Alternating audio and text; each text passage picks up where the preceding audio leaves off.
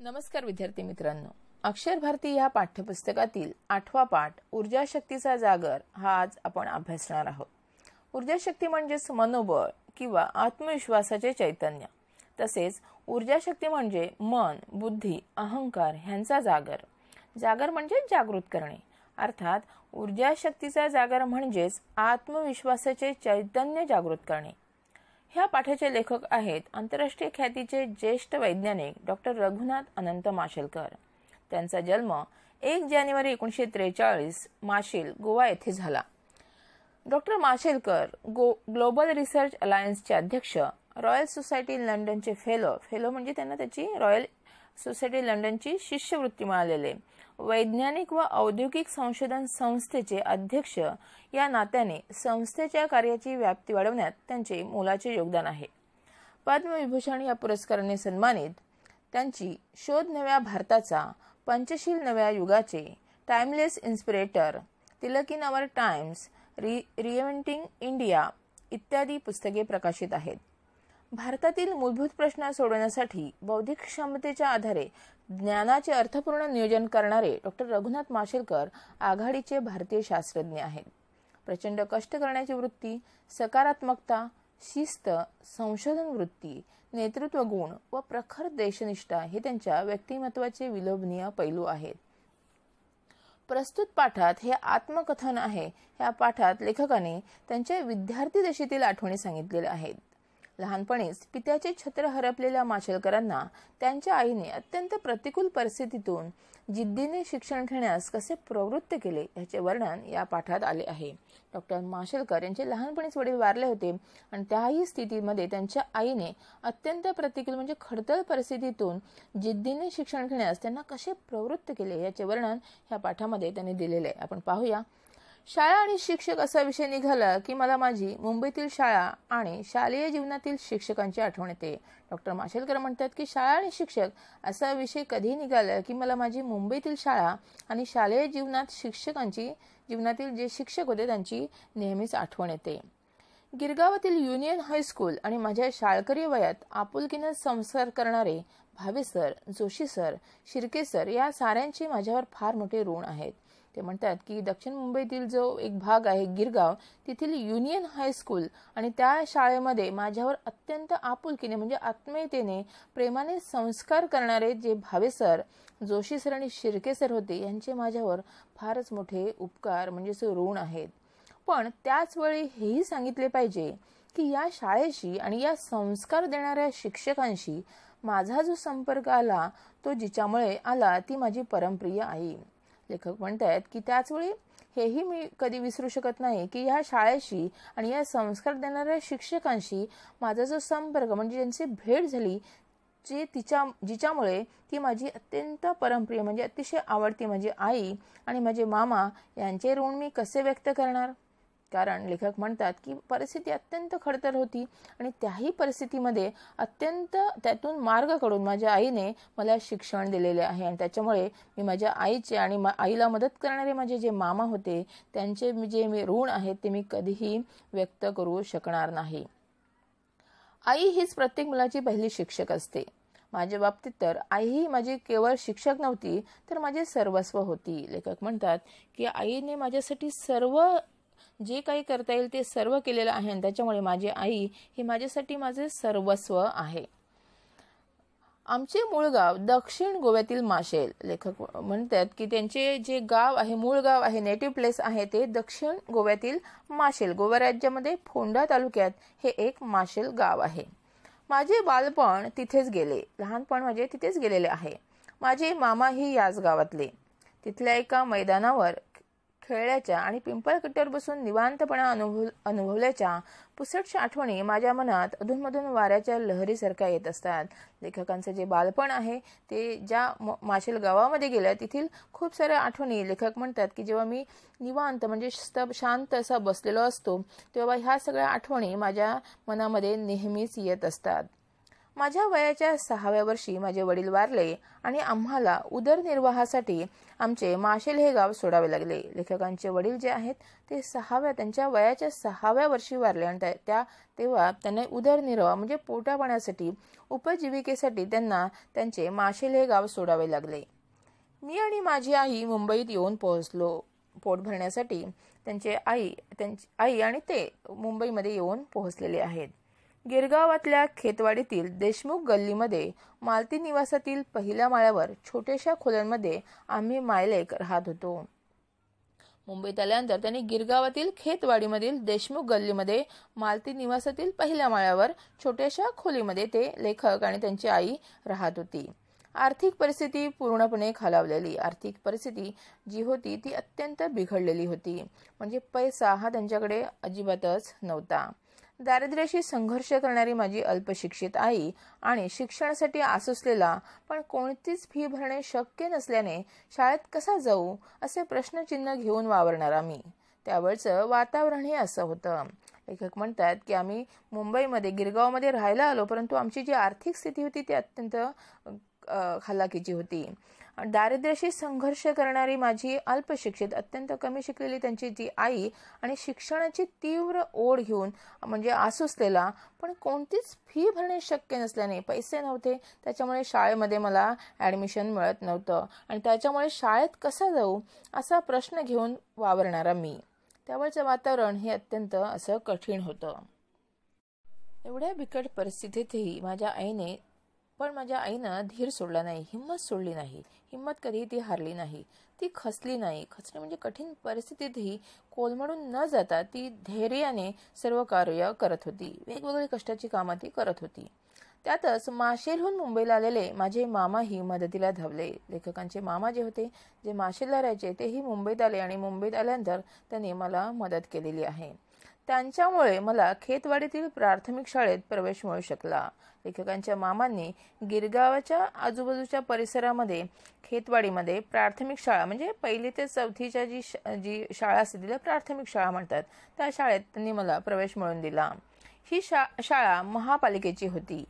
माझ्याप्रमाणे शाळेची परिस्थिती बेताचीच होती. लेखक ज्या खेतवाडीच्या प्राथमिक शाळेत त्यांनी जो प्रवेश घेतला आहे त्या शाळेची ही परिस्थिती अत्यंत हलाखीची होती. पण इथले शिक्षक मात्र मनानं खूप श्रीमंत होते, परंतु शाळेतले शिक्षक अत्यंत चांगले होते. पायात चप्पलही घालायला नव्हती अशा परिस्थितीत माझी शाळा सुरू होती. वयाच्या 12व्या वर्षापर्यंत मला अनवाणीच राहावं लागलं. लेखक म्हणतात की मी वयाच्या 12व्या वर्षापर्यंत बिना चपलेचा शाळेमध्ये जात होतो. म्हणजे वयाच्या 12व्या वर्षापर्यंत लेखकांकडे घालायला चप्पल नव्हती. शालेय शिक्षण पूर्ण केल्यानंतर जेव्हा हायस्कूलमध्ये प्रवेश घेण्याची वेळ आली त्यावेळी तर आणखी एक मोठं संकट समोर आलं.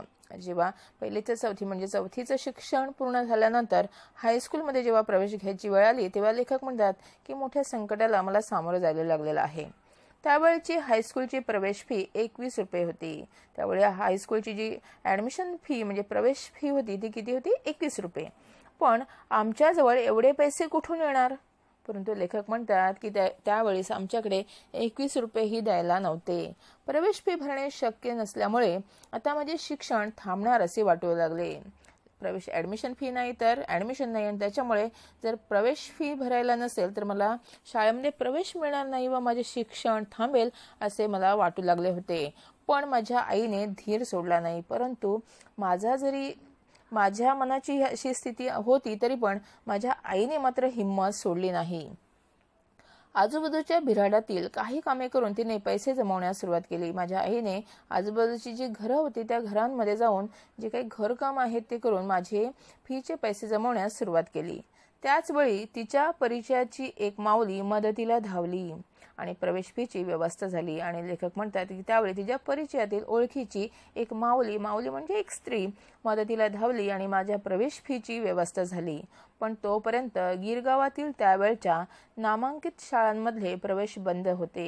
लेखक म्हणतात की माझ्या फीची व्यवस्था होईपर्यंत खूप उशीर झाला होता आणि त्यावेळी गिरगावातील ज्या प्रसिद्ध नावाजलेल्या ज्या शाळा होत्या त्यातले जे प्रवेश होते ते बंद झाले होते. अखेर युनियन हायस्कूलमध्ये मला प्रवेश मिळाला आणि माध्यमिक शिक्षणाचा पुढील टप्पा सुरू झाला. प्रवेश फीची सोय झाल्यानंतर लेखक म्हणतात की शेवटी मला युनियन हायस्कूलमध्ये प्रवेश मिळालेला आहे आणि माझ्या माध्यमिक शिक्षणाचा जो पुढील टप्पा आहे, भाग आहे, तो सुरू झालेला आहे. अनेक अडीअडचणींमधून मी जमेल तेवढा अभ्यास करत होतो. खूप सारे अडथळे येत होते आणि त्या अडथळ्यांना सामना करून त्यांचा मुकाबला करून मी जसं जमेल तसा अभ्यास करत होतो. पण त्या छोट्याशा खोलीतील जागा अपुरी पडायची. लेखक ज्या खोलीमध्ये राहत होते ती अत्यंत छोटीशी होती, जागा अत्यंत कमी होती. त्याच्यामुळे ते लेखक म्हणतात की तिथे अभ्यास करायला खूपच त्रास होत होता. अभ्यासाला पूरक वातावरण नव्हते आणि अभ्यासाला प्रतिकूल असे तिथे वातावरण, योग्य असे वातावरणही नव्हते. मात्र त्याही वातावरणात मी जिद्दीने अभ्यास करत राहिलो आणि परीक्षेत चांगलं यश मिळत गेलं. परंतु ह्या सगळ्या गोष्टींकडे मी लक्ष न देता अत्यंत हिमतीने मी काय केलेलं आहे, अभ्यास केलेला आहे आणि परीक्षेमध्ये अत्यंत चांगलं यश मी मिळवत गेलो. या युनियन हायस्कूलमधले शिक्षक त्यांची सेवाभावी वृत्ती विद्यार्थ्यांना शिकवताना त्यामध्ये त्यांचे स्वतःला झोकून देणे आणि निरपेक्ष भावनेने केलेले मार्गदर्शन त्यामुळे माझ्या केवळ शालेय अभ्यासाचाच पाया पक्का झाला असे नाही, तर आयुष्याचाच पाया पक्का झाला. युनियन हायस्कूलमधले जे शिक्षक होते आणि त्यांची सेवाभावी म्हणजे मदतीची जी काही प्रवृत्ती होती, विद्यार्थ्यांना शिकवताना त्यांनी स्वतःला झोकून देणे म्हणजेच काय, तर त्या कार्यामध्ये ते समरस व्हायचे आणि अत्यंत निरपेक्ष भावनेने कोणतीही अपेक्षा न ठेवता त्यांनी जे काही मला गायडन्स केलेलं आहे, मार्गदर्शन त्यांनी केलेलं आहे, त्यामुळे माझा फक्त शालेय अभ्यासाचाच पाया म्हणजे काय, तर जे काही बेसिक असतं, मूळ ज्ञान जे आहे तेच भक्कम झालं असं नाही, तर आयुष्याचाच माझा पाया पक्का झाला. शिक्षणाबद्दल एक आंतरिक ओढ वाटू लागली आणि लेखक म्हणतात की ह्या सर्व शिक्षकांमुळेच माझ्या मनामध्ये शिक्षणाबद्दल एक मनापासून आंतरिक एक शिक्षणाबद्दल आंतरिक ओढ लागलेली आहे. आमच्या हायस्कूलमध्ये दर शनिवारी चाचणी परीक्षा घेण्यात येत असे. आमचं हायस्कूल हे गरीब होतं, त्यामुळं उत्तरपत्रिका घरून न्यावी लागायची. त्यावेळी तिची किंमत फक्त 3 पैसे असायची. लेखक म्हणतात की ते ज्या हायस्कूलमध्ये होते त्या हायस्कूलमध्ये शनिवारी दररोज चाचणी परीक्षा असायची, टेस्ट असायची आणि त्या लेखकांचं जे हायस्कूल होतं, शाळा होती ती गरीब होती, त्यामुळे जी आन्सरशीट होती, उत्तरपत्रिका जी होती ती घरून न्यावी लागायची आणि त्या उत्तरपत्रिकेची जी किंमत होती त्यावेळी ती 3 पैसे होती. आपल्याला कदाचित पटणार नाही, पण जेव्हा दर आठवड्याला हे 3 पैसे उभे करताना देखील माझ्या आईच्या डोळ्यात पाणी उभं राहायचं. आजही आठवलं की माझ्या अंगावर काटा उभा राहतो. पण लेखक म्हणतात की त्यावेळची त्यांची परिस्थिती अत्यंत खडतर होती आणि त्याच्यामुळे त्या खडतर परिस्थितीमध्ये जे 3 उत्तरपत्रिकेसाठी 3 पैसे आहेत ते दर आठवड्याला गोळा करणे, उभे करणे हे माझ्या आईला शक्य नव्हतं आणि ते त्यावेळी ते पैसे गोळा करताना त्याच्या डोळ्यामध्ये पाणी उभं राहायचं, रडवळी व्हायची. एवढी अत्यंत बिकट परिस्थितीचा आम्ही सामना केलेला आहे आणि आजही आठवलं की माझ्या अंगावर काटा उभा राहतो, म्हणजे भीतीने शहारा येतो. ही परिस्थिती आता आठवली की माझ्या अंगावर सरसरून असा काटा येतो. तिने माझ्यासाठी प्रचंड कष्ट केले. लेखकांच्या आईने त्यांच्यासाठी अत्यंत कष्ट केलेले आहेत. पडेल ते काम केले, जे कोणतेही काम समोर दिसेल ते तिने केलेले आहे. काँग्रेस हाऊस जवळ काही काम मिळणार आहे असं समजल्यानं एकदा ती तिकडे गेली. काँग्रेस हाऊस म्हणजे जे काँग्रेस पक्षाचं मध्यवर्ती कार्यालय आहे ते काहीतरी काम मिळणार आहे असं तिला जेव्हा समजलं तेव्हा ती तिकडे कामाच्या शोधामध्ये गेलेली आहे. रांगेत उभी राहिली तशीच ताटकळत रांगेमध्ये वाट पाहत उभी राहिली की कधी माझा नंबर लागेल. पण त्यावेळी तिला सांगण्यात आलं, जेव्हा नंबर लागला तेव्हा सांगण्यात आलं की फक्त 3री किंवा त्यापेक्षा अधिक शिकलेल्यांनाच काम दिलं जाईल. खूप वेळ वाट पाहिल्यानंतर जेव्हा त्यांचा नंबर आला तेव्हा त्यांना सांगण्यात आलं की इथे फक्त 3री किंवा त्यापेक्षा अधिक शिकलेल्या लोकांनाच काम दिलं जाईल. हे ऐकून अर्थातच ती नाराज झाली, घराकडे मागं फिरली.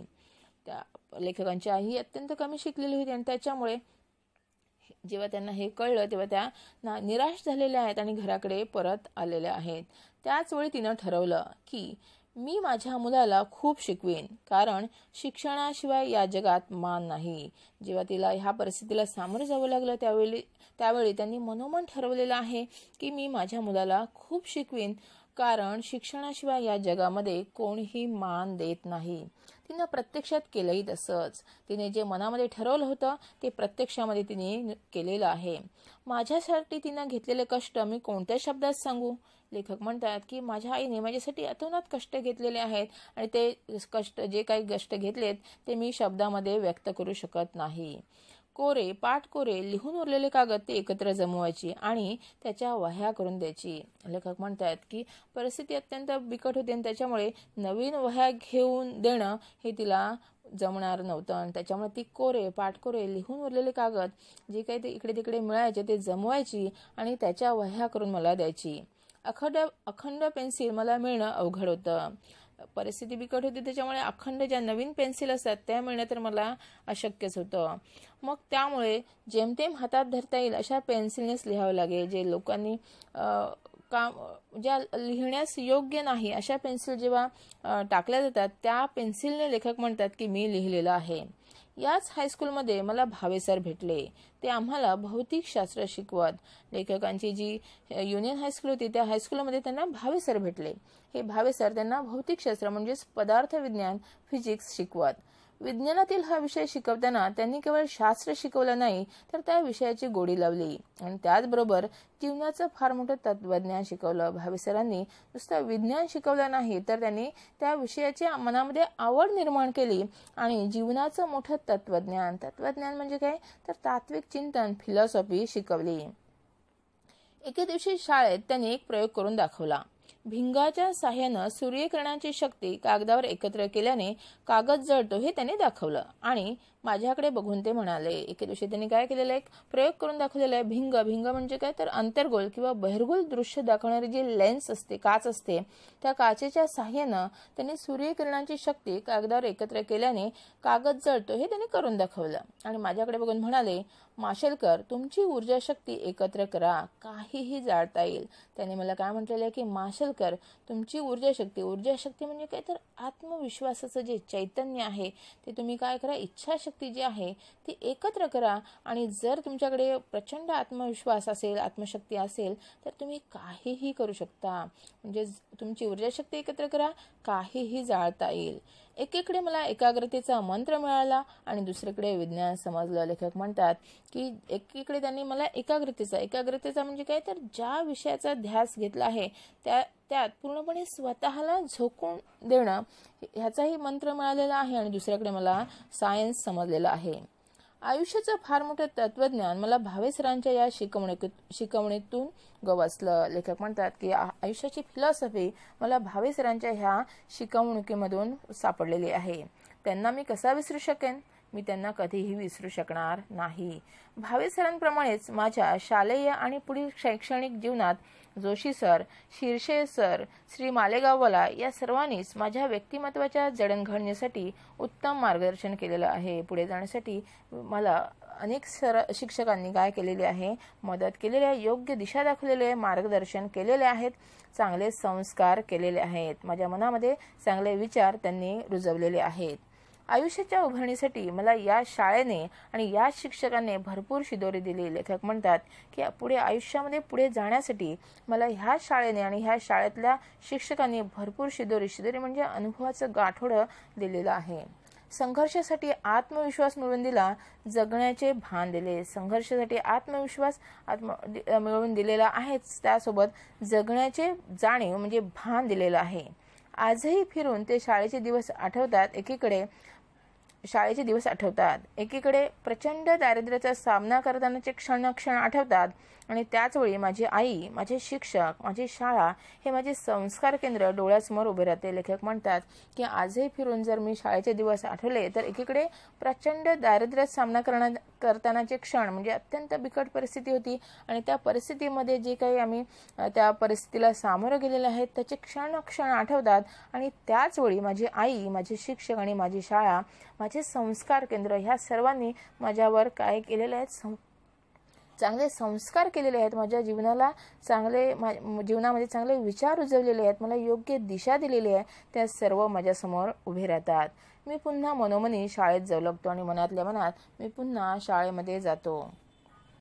विद्यार्थी मित्रांनो, या पाठाद्वारे डॉक्टर माशेलकर हे आपणास प्रतिकूल परिस्थितीकडे सकारात्मकतेने कसे पाहायचे, तसेच शिस्त, गुणवत्ता व चिकित्सक अभ्यास हे गुण आपण अंगीकारणे आवश्यक आहे हेही त्यांनी सांगितलेले आहे. त्याबरोबरच आई वडील आणि गुरुजन यांच्याबद्दल आपल्या मनामध्ये कृतज्ञता आपण बाळगणे आवश्यक आहे हेही त्यांनी सांगितलेले आहे.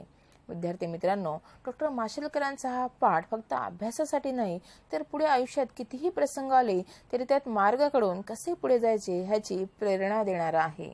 धन्यवाद.